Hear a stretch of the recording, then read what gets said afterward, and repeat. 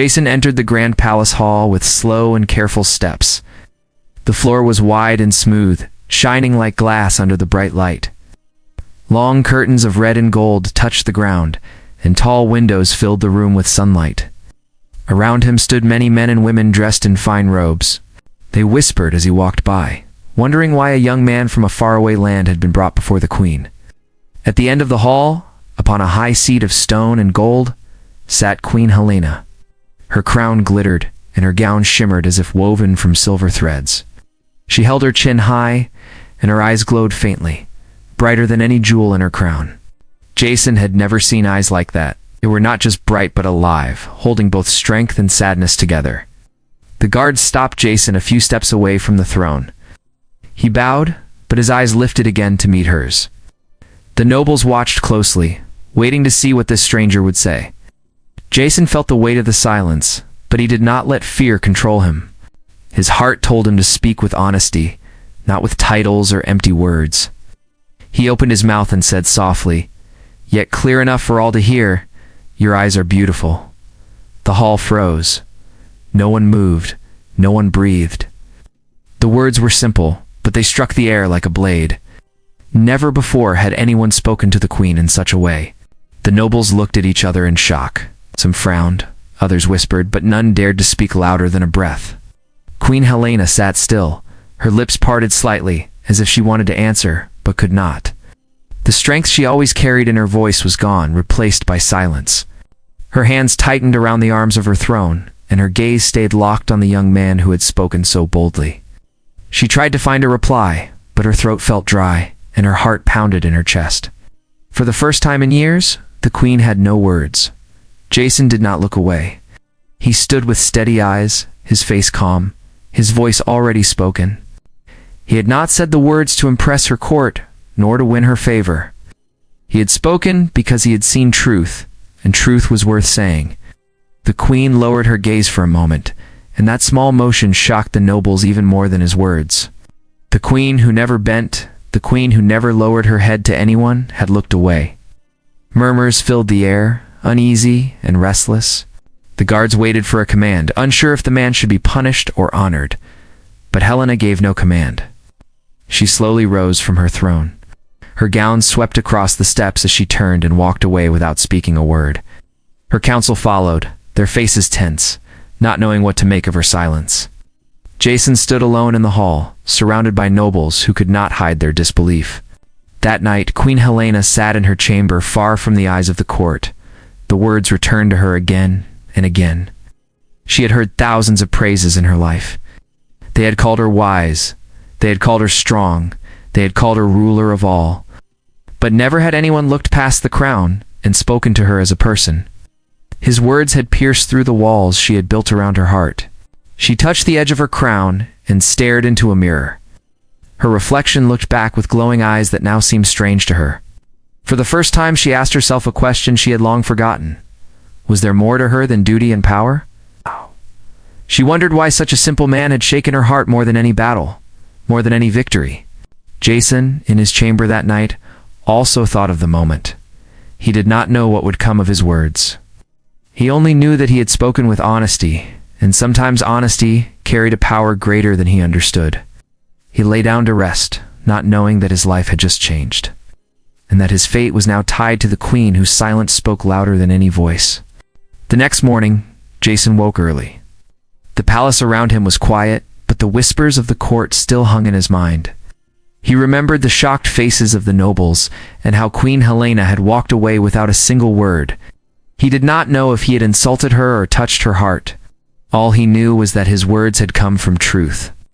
He dressed in simple clothes and waited, unsure what the day would bring. A guard soon arrived and told him that the queen wished to see him again.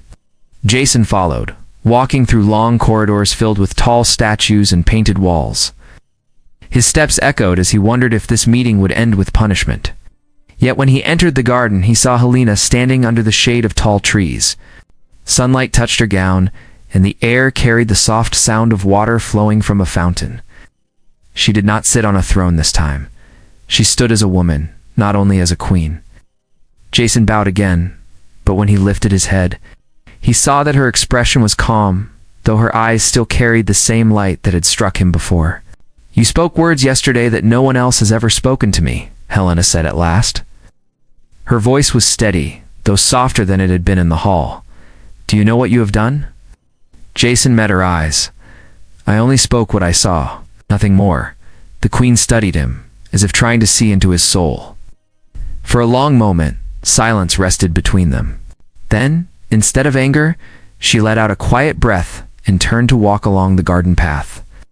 She motioned for him to follow. They walked side by side through the garden. Birds moved in the trees above, and flowers of every color lined the stone paths. Jason spoke of his world, of oceans that stretched farther than the eye could see, of forests where sunlight fell like golden rain. Helena listened with interest, her face softening as he described things she had never seen. In return, she told him of her kingdom, of battles fought long ago, of the heavy weight of ruling with no room for mistakes. Jason listened carefully, never interrupting. He could feel the sadness in her words, the burden of being more symbol than person. And when she paused, he spoke simply. "You carry much, but you are more than the crown. You are a person first." Helena stopped walking. For a moment she looked away, her hand resting on a stone pillar. No one in her court had ever dared to remind her of that. She had always been queen before anything else. To hear someone speak of her as a woman, not as a ruler, stirred feelings she had long hidden away. The days that followed brought more meetings in the garden. Sometimes they spoke for hours, other times they walked in silence. The quiet, stronger than words. Jason found himself drawn not only to her beauty, but to her strength and her hidden gentleness. Helena began to smile more often, though only when they were alone. It was a smile no courtier had ever seen. But whispers began to spread through the palace. The nobles noticed her leaving the council early. They noticed the man from another land being called often. Some believed he had charmed her, others feared he would influence her rule. The council grew restless, worried that the queen was losing her distance, the cold strength they trusted. Ow. One evening, Helena sat in her chamber, looking out at the stars beyond her window. Her thoughts returned to Jason's words again and again. She wondered if it was dangerous to let someone into her heart. Yet she also felt alive in a way she had not in years. Power and duty had shaped her, but this new bond was shaping her in another way. For the first time, she asked herself not only what was right for her kingdom, but also what was right for her as a person. Jason, in his own room, thought of her as well. He had not planned any of this. He had come as a visitor, not a man who would capture the queen's attention. Yet he felt something growing between them, something stronger than duty or title. He wondered how far it could go and if he could ever belong in a world so far from his own. The bond between them was no longer a secret in their hearts. It was a flame, small but steady, burning brighter each day they met. And though neither spoke it aloud, both knew that this bond would soon be tested by the world around them. The sun rose over the tall walls of the palace, and the air was filled with the sound of bells calling the court to gather. Jason stood by his window, watching people move below. He had spent many days with Queen Helena in the gardens, speaking of their worlds and sharing quiet moments that felt more real than anything he had known before. Yet he also felt the weight of many eyes on him. The whispers of the nobles grew louder each day, and he knew their patience was fading. Later that morning, Helena called for him once again. When Jason entered the garden, she was already waiting near the fountain, her gown flowing like water. Ow. She looked at him not as a ruler, but as someone who had begun to trust. Her eyes, bright as ever, softened when they met his.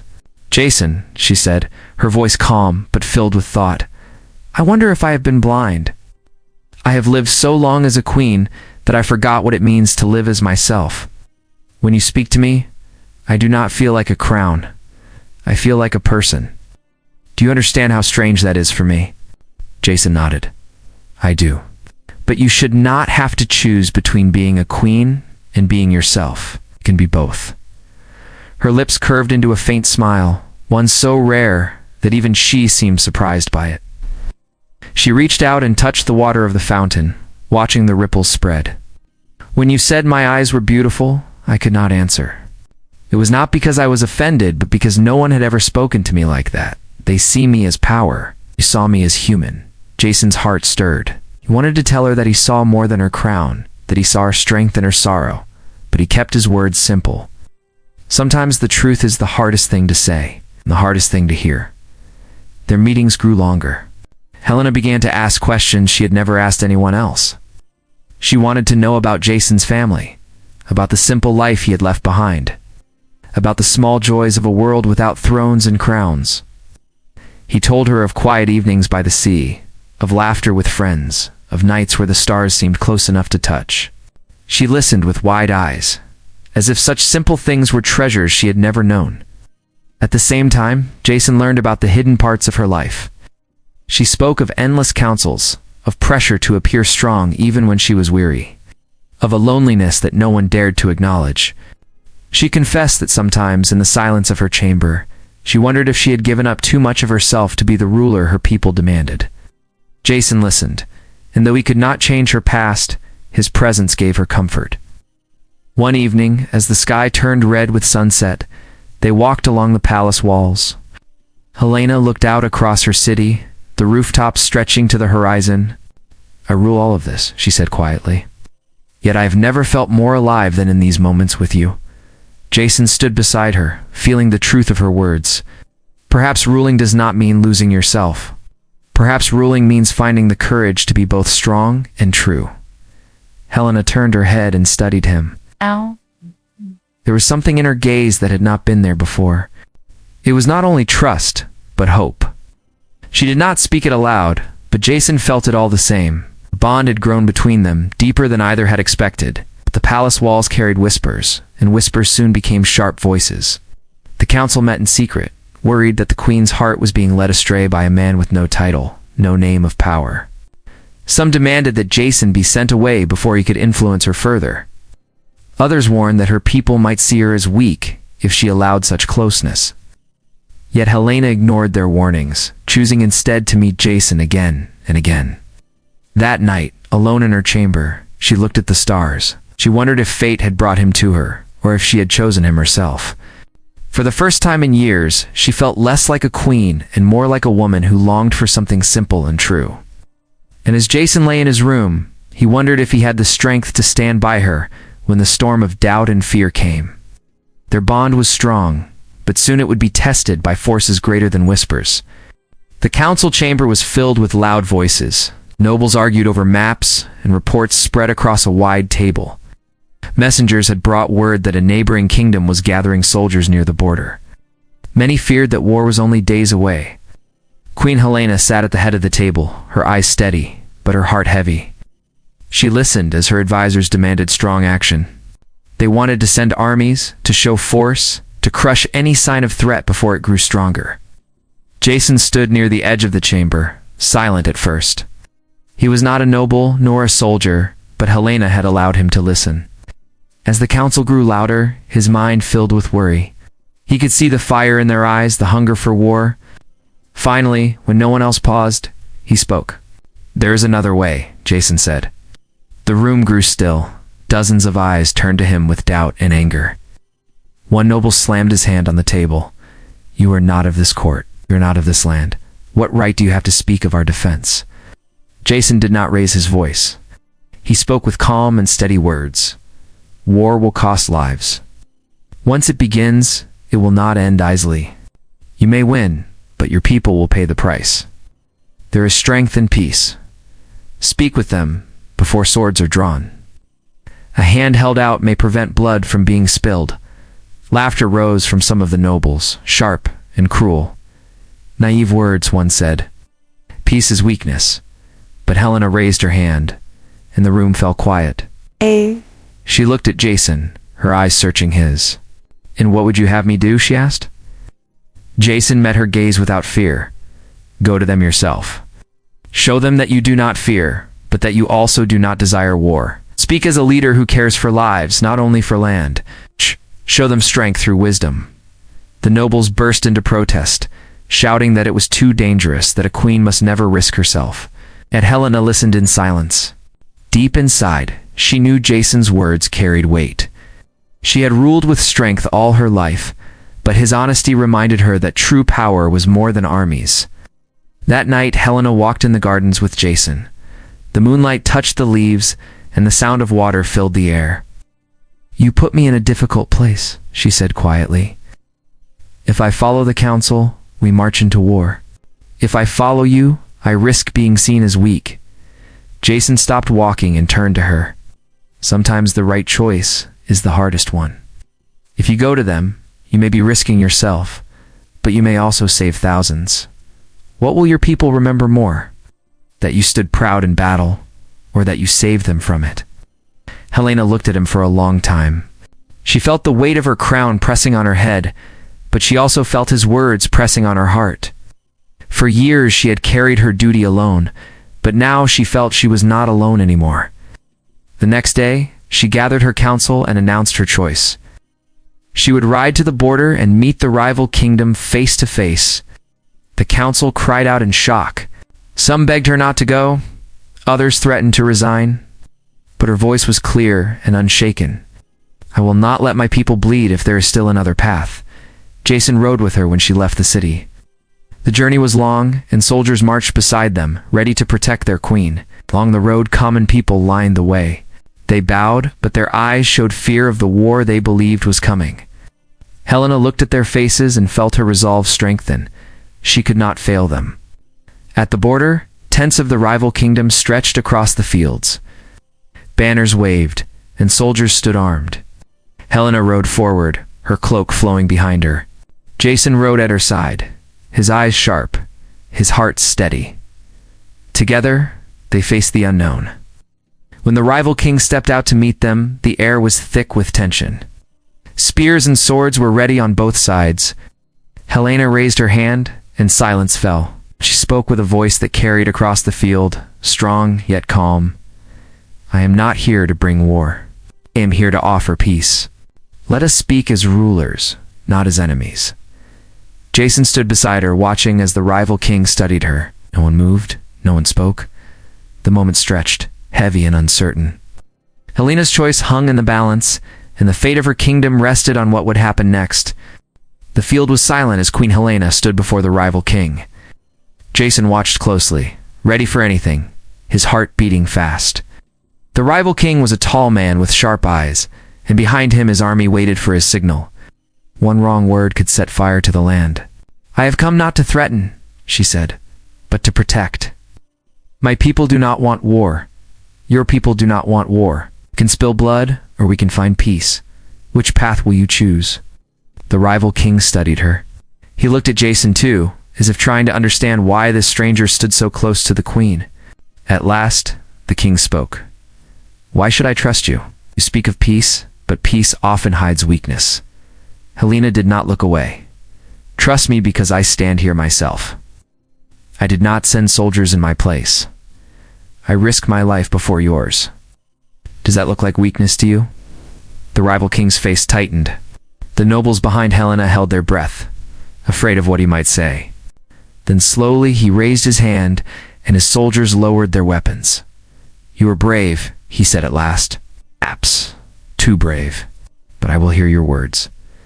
The two rulers sat beneath a white tent at the edge of the field. The rival king demanded land, gold, and power. Helena refused, but each time she spoke, she offered another path. One where both kingdoms could share trade, roads, and peace. Hours passed as the sun fell lower in the sky. At last, the rival king leaned back and gave a slow nod.